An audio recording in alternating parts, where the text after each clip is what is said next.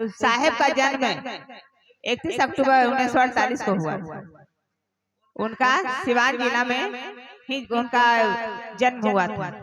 छोटा अवस्था में ही साहब कुछ सीखने का प्रयास करते थे। जिस समय उनका जन्म हुआ था ना, तो आप क्या है, दूसरा दिन दीपावली का समय आ गया, दिन खंडित हुआ और दीपावली मनाया गया। पूरा देश भर में दीपावली का उत्सव मनाया गया। तो साहेब का जन्म हुआ तो साहेब छोटा बाल अवस्था में ही, बहुत जब शिशु थे उस समय ही जब जन्म लिए ना, तो अपने आँख खोलकर आकाश को निहार रहे थे। वह देख रहे थे उसी समय अपने आकाश को की ओर देख रहे थे, और उनका कुछ भाव अजीब उनका लग रहा था। तो जब बड़ा हुए और उनका खाली सीखने का उद्देश्य उनको जगते गया चलते रहा। मन में हलचल हलचल, छोटा बच्चा का जैसा चलता रहता है वैसा साहब का मन में होते गया, और वह हमेशा कुछ न कुछ करने का प्रयास करते रहे। तो एक दिन उनको मन में ऐसा विचार भी आया कि आज हम लोग एक साधु को वह देखें, अपनी माँ से कहें कि माँ हम आज अपने दोस्त के यहाँ जा रहे हैं। माँ से कह के निकल गए कि हम दोस्त के घर जा रहे हैं, तो वहाँ 2 दिन के बाद हम आएंगे। माँ पहचानती थी दोस्त को, बोले ठीक है तुम जाओ। तो वह दोस्त के घर नहीं गए। जाते समय उनको ख्याल आ रहा था कुछ दूसरा ही बात में, तो वह एक चले गए साधु महात्मा कुटिया में बैठे हुए थे, उनके पास पहुंचे। वहां गए थे, साधु जैसे लगता है कि उसका इंतजार कर रहा था। साधु बोला कि आओ, हम तुम्ही का तो इंतजार कर रहे थे, तो बताओ क्या बात है। तो साहब से अपना बातचीत साहब करने लगे साधु महाराज से। तो वह बोले कि इसी तरह बात करते करते वह शमशान की ओर निकल गए। दोनों शमशान की ओर चलने लगे। जब शमशान की ओर चलने लगे तो वह बात होते गया कुछ न कुछ दोनों में आपस में गपशप होते गया। साहब को लालसा था कि हम कुछ न कुछ सीखें, और यहाँ हम आए हैं तो कुछ विचार भी उनका दिमाग में आते गया। तो वह शमशान घाट जब पहुंचे तो वहां देखे कि यहाँ तो लाश जल रहा है, लेकिन साहब को डर नहीं लग रहा था। लेकिन छोटा बच्चा में लोग को कुछ न कुछ साधु महात्मा का भय जगा देता है, तो वह डर जाता है। लेकिन साहब को उस समय भी डर नहीं लग रहा था। वह सीखने का प्रयास में बहुत पहले से ही रहते थे। छोटा बच्चा में ही सीखने का प्रयास करते थे। वह सीखते सीखते वह एक न एक दिन हुआ देखिए जी इस मुकाम पर आ गए। साहब कहते थे कि जब भगवान, अभी बोली ना, साहब कहते थे कि जब भगवान है तो फिर भगवान को गुरु क्यों न बना रहे हम लोग। जब कहते हैं गुरु ब्रह्मा गुरु विष्णु गुरु देवो महेश्वरा गुरु साक्षात परब्रह्म तस्मै श्री गुरुवे नमः। जब महादेव जब सबके गुरु हैं, गुरुओं के गुरु हैं, महादेव हैं, तो हम लोग सब मनुष्य को आखिर गुरु क्यों नहीं महादेव बन सकते। हम उनको धरती पर उतारेंगे और लाएंगे। और सही बात हुआ कि साहब इस धरती पर महादेव को लाए, तब ना आज महादेव को हम लोग बात करते हैं, महादेव का चर्चा करते हैं। हम लोगों को क्या पता था, क्या हमारे खानदान दर खानदान जानते थे कि महादेव हमारे गुरु हैं? नहीं जानते थे। वह एक लोटा जल ढारते थे और पूजा पाठ करते थे, धूप अगरबत्ती जलाते थे, वह यही तो काम करते थे। लेकिन आज साहब हम लोग को जीवन में देखे गए हैं कि महादेव को गुरु बनाना है, और गुरु बनाने से बहुत ही हम लोग का मन अच्छा लगता है कि जैसे हमारे अपना ही परिवार कोई है। एक व्यक्ति पूछा था साहब से कि साहब हमको दया क्यों नहीं मिलता है। तो साहब बोले कि क्या तुम चर्चा करते हो, दया मांगते हो, नमन करते हो, तो हम सब कुछ करते हैं, लेकिन हमको दया नहीं मिलता है। तो बोले कि अच्छा बताओ कि तुम्हारे घर में कितने सदस्य हैं। वह बोले कि मेरे हम हैं, मेरी वाइफ है, 2 बच्चा है और एक कुत्ता भी हम पाल रखे हैं। तो बोले कि कुत्ता कितना दिन से पाल रखा है? ते ही 6-7 साल हुआ है। तो अब तुम शिव को गुरु कब बनाया था? तो हम शिव को गुरु बनाए हुए 15-20 साल हो गया। तो बताओ जब तुमको 6-7 साल कुत्ता पाले हो, तो कुत्ता से तुमको इतना लगाव हो गया, इतना प्रेम हो गया कि उसे अपना सदस्य मान लिया। अब महादेव से तुम आज 15-20 साल से तुम जुड़े हो, उनको अपना गुरु बना के रखा है, तो महादेव को अपना कहाँ बना रहा है? कहाँ कहता है कि महादेव से एक सदस्य हमारे महादेव भी है? तुम तो बताया नहीं। कुत्ता का नाम ले लिया, लेकिन साहब महादेव का तो नाम लिया नहीं, तो फिर दया तुमको मिलेगा कैसे? इसीलिए हमारे साथ में महादेव भी रहते हैं। ऐसा नहीं है कि हम हैं, हमारे पति हैं, हमारे बच्चे हैं और पूरा परिवार है, तो फिर मेरा ज्ञान क्या है? फिर दया कहाँ? नहीं ना मिलेगा। महादेव को अपना बनाना है ना। कहते हैं ना कि जिस तरह से अपना को, बेटा को अपना समझते हैं, पति को अपना समझते हैं, बेटी को अपना समझते हैं, उसी तरह महादेव को अपना समझिए, तब महादेव हमारे अपने हो जाएंगे। लेकिन हम लोग महादेव को अपना नहीं बनाते हैं, क्योंकि भूल जाते हैं। जब सुख मिलता है ना, जब सुख आता है तो हम लोग महादेव को भूल जाते हैं, और दुख जब पड़ता है तो महादेव को हम लोग उनको याद करने लगते हैं कि महादेव हम पर दया कीजिए, महादेव हमारे बेटा पर दया कीजिए, बेटी पर दया कीजिए। ऐसा हम लोग करने लगते हैं। देख, कभी भी हम लोग कहाँ सुख में महादेव को याद करते हैं? नहीं ना करते हैं। सब सुख की दुनिया में हम लोग भूल जाते हैं, महादेव को भूल जाते हैं, महादेव को याद नहीं करते हैं। इसीलिए महादेव को याद कीजिए। जब तक याद नहीं कीजिएगा तो दया नहीं मिलेगा, दया नहीं मिलेगा तो याद नहीं होगा। इसलिए याद करना चाहिए। याद का उल्टा दया, दया का उल्टा याद है। तो महादेव को सबसे पहले है आप नमन कीजिए, दया मांगते रहिए। जो 3 सूत्र साहब दिए उसको आप पकड़िए ना, 3 सूत्र को ही पकड़िए। चौथा सूत्र पकड़ना थोड़ा साहब बोले हैं, सिर्फ 3 सूत्र को पकड़िए। पहला सूत्र में जो दया कहे मांगने के लिए, वही दया मांगिए। देखिए, कोई काम करता है, जब घर में मजदूरी करता है तो हम लोग काम करवा लेते हैं, पैसा के लिए कहते हैं कि बाद में दे। ऐसा हम लोग भी बोलते हैं, कहते हैं गाय नहीं है कल ले लेना। लेकिन देखिए कितना अच्छा हम लोग को साहब दिए हैं कि काम तो बाद में करना, पहले महादेव से दया मांगना। उनका चेला बाद में बनना, लेकिन पहले दया मांगना। दया जब मांगेंगे तब ना हमको समझ में आएगा कि महादेव दयालु है, दया करते हैं। तो इसीलिए पहले दया है। पहला सूत्र में साहब दया मांगने दिए हैं, दया मांगने के लिए कहे हैं कि दया मांगो।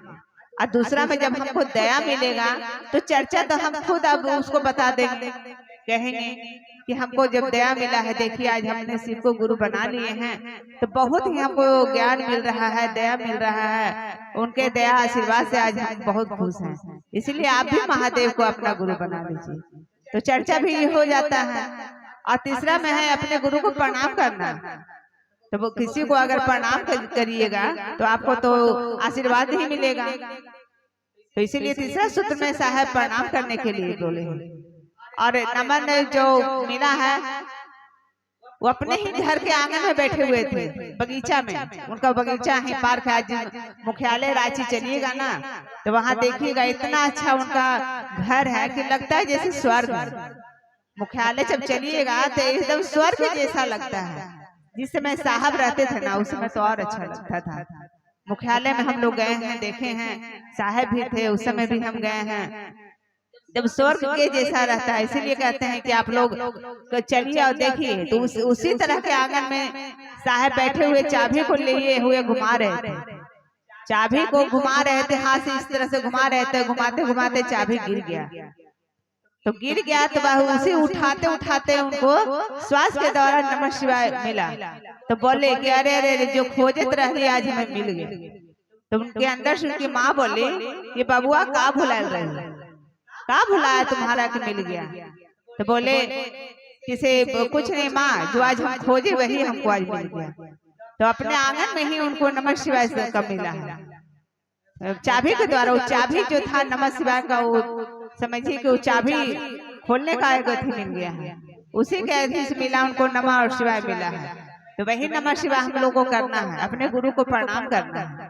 अब प्रणाम महादेव को कीजिएगा तब ना ज्ञान मिलेगा, तब ना आप समझ पाइएगा कि हमारे महादेव क्या है। जब बच्चा को हम लोग क ख सिखाते हैं, पेंसिल पकड़ना सिखाते हैं, तब ना वह पकड़ता है कि हाँ लिखने का समान है। तो इसीलिए जब दया मांगिएगा तब ना समझ में आएगा कि हमारे महादेव हमारे गुरु हैं, तब ना जानिएगा। और आप लोग चर्चा पर ध्यान दीजिए, जो भी 3 शुद्ध है उसको कम से कम आप लोग घर पर कीजिए। मन ही मन आप महादेव से दया मांगिए, चर्चा कीजिए और अपने गुरु को प्रणाम कीजिए। और क्या करना है, कुछ भी तो साहब नहीं बोले हैं, अलग से कुछ भी बात तो नहीं बताया है कि अलग से काम करना है। देखिए आज जो 21 सितंबर को जो महोत्सव रखा गया है वो साहब के याद में रखा गया है।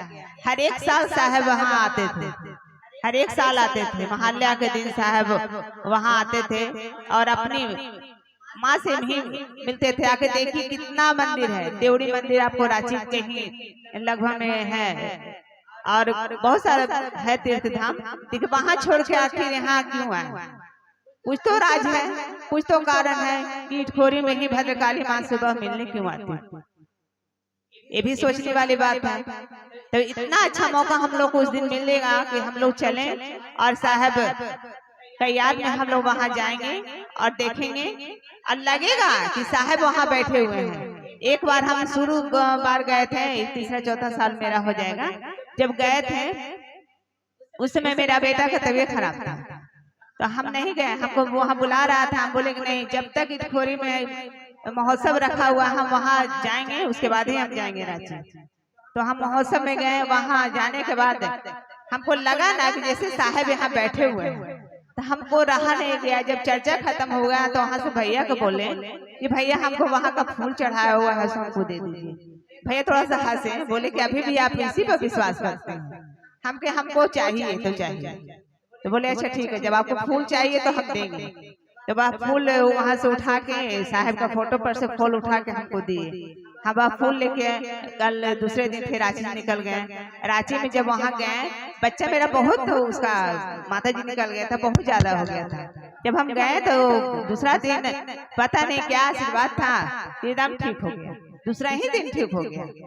जो इतना था दिखा रहा था वीडियो कॉलिंग में, तो हमको भी लग रहा था कि ये तो बहुत बड़ा बड़ा है। तो मेरा मन मार के हम यहाँ रह गए चर्चा में, नहीं हम यहाँ जाने के बाद ही हम रांची जाएंगे। तो देखिए साहब का तो दया हुआ, आशीर्वाद मिला, लेकिन हमको लगा उसी तरह लगेगा। आप लोग जाइए, अगर मन में साहब को समझिएगा ना कि साहब यहाँ है तो यहाँ है। यह नहीं है कि साहब चर्चा में नहीं रहते हैं, साहब चर्चा में भी रहते हैं। मन से मानने का, मन से देखने का है, मन की आंखों से देखिए ना। ये आँख खाली जो है सो तरह तरह का दिखाता है, गलत गलत चीज ही दिखाता है, लेकिन मन की आंखों से आप देखिएगा ना तो अच्छा ही दिखाई पड़ेगा। लेकिन मन से देखने का चीज है, अब मन से ना देखिएगा तो कुछ नहीं मिलेगा, कुछ नहीं मिलेगा, न मिला। मन तो सब कुछ कराता है। मन आगे आज मेरा मन किया कि आज हम यहाँ चर्चा में चले तो फिर यहाँ आ गए, मन नहीं मेरा करता तो नहीं आते, इसलिए मन ही सब कुछ कराता है। मन अगर आपको मान रहा है कि हम शिव को गुरु बनाए तो बनाए, शिव को हम अपना बना लें तो बना लें, अपना बना कर तो देख लीजिए, अपना समझ तो लीजिए कि महादेव हमारे हैं, साहब हमारे हैं, दीदी माँ हमारी। तो और क्या आपको चाहिए था, क्या धन दौलत चाहिए, रुपया पैसा चाहिए? नहीं, महादेव से ज्ञान मांगिए, ज्ञान से ही सब कुछ मिलेगा। जब तक ज्ञान नहीं रहेगा कुछ नहीं प्राप्त होगा, ज्ञान रहेगा तो सब कुछ मिल जाएगा। ज्ञान से ही तो भंडार भरता है। जब कहता है ना कि ज्ञान का भंडार है उसके पास, तो सही बात है कि ज्ञान का भंडार रहता है। तो दया महादेव का है, दया साहब दीदी का है कि हम लोग को कुछ ज्ञान दिए हैं, कुछ बोलने के लिए हम लोग महादेव यहाँ सिखलाए हैं। आज हम लोग सब अपने अपने घर में बैठकर ऐसे ही झाड़ू पोछा करते हैं, समय बीत जाता था, लेकिन आज साहब और दीदी का दया आशीर्वाद है कि हम लोग आज इस मंच पर बैठकर 2 शब्द तो बोलने का प्रयास तो करते हैं। किनका दया है? साहब का है, दीदी माँ का है। अगर उनका दया नहीं रहता तो क्या हम लोग बोलते हैं? नहीं बोल पाते। ऐसे भी अगर हम लोगों को कोई बोलने के लिए कहेगा तो नहीं बोल पाएंगे, क्योंकि दया मिला नहीं है। मंच पर बैठने के बाद लगता है कि साहब दया दे रहे हैं और दया से हम लोग कुछ बोल रहे हैं। दया मांगिए महादेव से, हम बार बार आप लोग कहते हैं कि दया मन ही मन दया महादेव से मांगिए, साहब से मांगिए कि हमें दया कीजिए और ज्ञान दीजिए साहब। और दूसरा में है अपने अगल बगल दोस्त को जो अपने बैठे हुए झुंड में आप लोग रहते हैं उसको बताइए, उनको कहिए कि हमने शिव को गुरु बना लिए हैं तो आप भी बना कर देखिए। ये बहुत ही दयालु गुरु है, दया करेंगे। और तीसरा में है अपने गुरु को प्रणाम करना।